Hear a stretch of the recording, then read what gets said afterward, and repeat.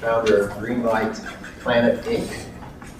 Patrick is a graduate of this place, a former student in engineering physics, graduated last December. That's right. Since then, he's been doing the Greenlight thing, and I asked him to come back and tell his story because it's a fascinating story, and it relates to what you all are in the throes of doing right now, the whole idea conception part of creativity. So thanks, Patrick, for coming. Absolutely. Thanks for having me.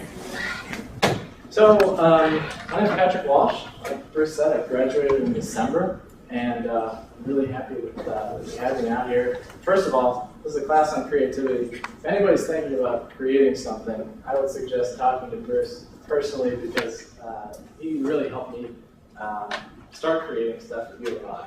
And I'll tell you a little bit about how. In general, what I've been working on since I was a sophomore here is basically energy for people in poor countries. Energy at the so-called bottom of the pyramid. And I think as Bruce gave me a ride over here, and as we were driving over, I was thinking to myself about creativity and realizing that I've never really considered myself a creative person in any typical version of creativity. I've just kind of always done what I thought seemed reasonable. So maybe one lesson of the, I think, the practical work that we've done with this stuff is just that you don't really have to be a typical creative person to create something. And that goes for all the people I've worked with. At U of I, originally I was working with, I don't know if anybody of you know Ben Barnes, Stephanie Vogel, or Maren Summers, who's in this picture, but a couple of them are still, actually all three of them are still here as graduate students. And I started working as a sophomore with a group called Engineers Without Borders here on campus. And what that group is show of hands, anybody involved with Engineers Without Borders? Okay, so Engineers Without Borders is a group that connects student organizations in the United States with core communities, individual communities in the developing world. And the idea is that students in the United States have the capacity to do fundraising, they can do engineering, they can do business development, they can do all kinds of good stuff, but they need to learn, right? So they can fundraise and set up a project in a community in the developing world to solve some problem. So what we were working on was village electrification. And this is a village in India, in the north of a state called Orissa, and they have no electricity there. And that's actually a typical situation in India. There are about 400 million people that still don't have electricity in that country. And so it's a huge problem. The biggest thing they lack is light. And it was really stunning for me as a city kid to go and live in this village for 2 months. And on the first night when I got there, I walked into a dark room, as it was starting to get dark, and went to turn on the light switch and realized, holy cow, I'm not going to have light, not only tonight, but for the next couple of months. And, to be in that situation was really what spurred the rest of what I've been working on. So originally we were working on developing a solution to generate electricity for this entire village. And what people in India have is they have diesel engines, like this one. Every village will usually find a couple of diesel engines. They use them to pump water, to process spices. But the biggest problem is, even though they can afford the engines, that engine might only be $200. They can't afford the fuel, because the fuel is about $4 a gallon. And it just burns so much fuel that in a place where people are only earning $1 a day, they just can't afford to fuel these things. So there's no way you can really use them for electricity generation. And what we realized was that these villages are surrounded by forests with oil seed-bearing trees.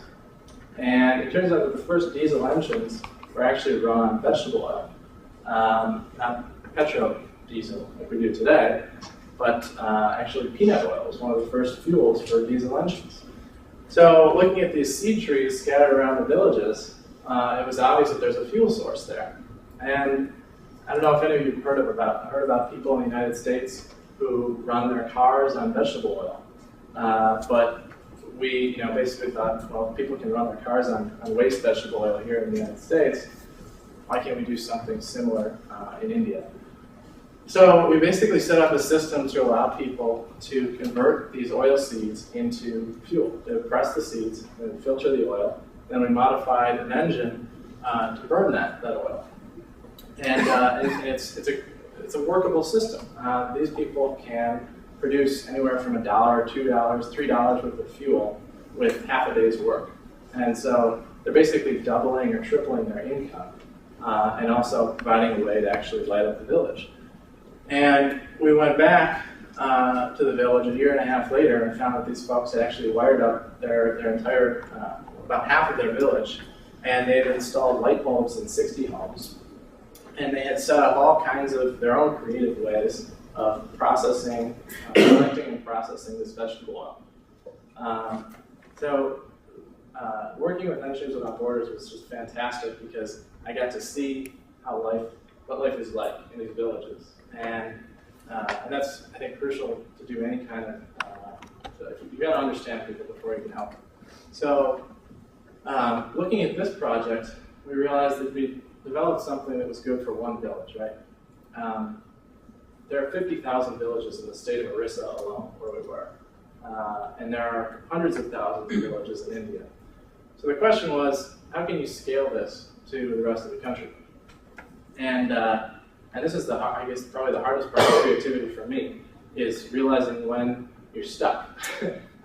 Because we really couldn't figure out a good way of doing that. You weren't going to, we had funded this first project with donations, $10,000, $20,000, and to get that amount of money for the entire country is just never going to happen. And we didn't have the time or the money to do it. And there was no motive to get the government to do it, really, or to get the private sector to do it, because there's no profit motive. And really, it was just difficult to scale up this system. So I think the hardest part of working on this was, at the end, sort of saying, okay, well, this was interesting. We learned a lot, but we've got to sort of take a different tack here. We've got 400 million people that need light, and they're not going to get it through charity alone. We've got to have a way for these villagers to afford light themselves. It can't be donated, it can't be pushed down from the top, it's got to be demanded from the bottom. And what we looked at was, how can we develop an individually affordable solution? Something that the villagers themselves could actually afford and buy, something that the private sector could have a motivation to sell, and something that could actually scale. Today,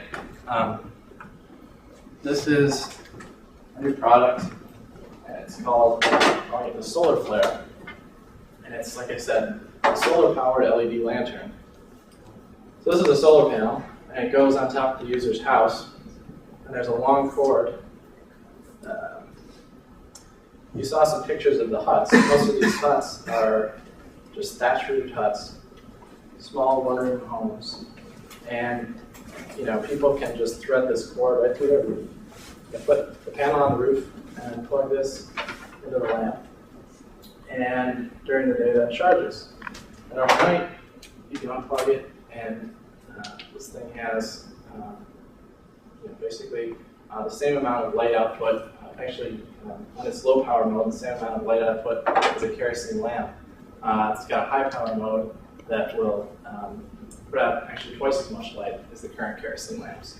So we realized this was something that we could actually move forward with.